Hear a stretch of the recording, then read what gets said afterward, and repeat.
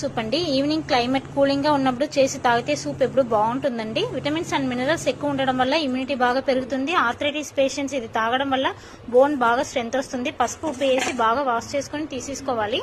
దాంట్లో 1 స్పూన్ జీలకర్ర, 1 spoon pepper, 15 ఎల్లుల్లిపాయలు, చిన్న ముక్క అల్లం, 1 ఆనియన్, కరివేపాకు, హాఫ్ టమాటీ తీసేసుకోవాలి. మిక్సీలో 1 స్పూన్ పెప్పర్, జీలకర్ర, కరివేపాకు, ఎల్లుల్లిపాయ, అల్లం వేసి మిక్సీ చేసేసుకోవాలి. గరుకుగా చేసుకోవాలండి. దాంట్లోనే ఒక కట్ చేసుకున్న ఉల్లిపాయ వేసుకోవాలి. హాఫ్ టమాటీ ఉంది కదా, అది వేసేసుకొని అది కూడా గరుకుగా మిక్సీ చేసుకోవాలి. కుక్కర్లో బోన్స్ వేసేసి మిక్సీ చేసుకున్న ముద్ద వేసేసి పసుపు కొంచెం, ఉప్పు కొంచెం వేసేసి 4-5 గ్లాసులు వాటర్ వేసేసుకోవాలి పెద్ద గ్లాసులో. తర్వాత కుక్కర్ పెట్టేయాలి. ఓపెన్ చేసి చూస్తే చూడండి ఆయిల్ ఎంత తేలుతుందో, ఉడికిపోయి ఉంటాయి. తర్వాత కొరియండర్ లీవ్స్ గార్నిష్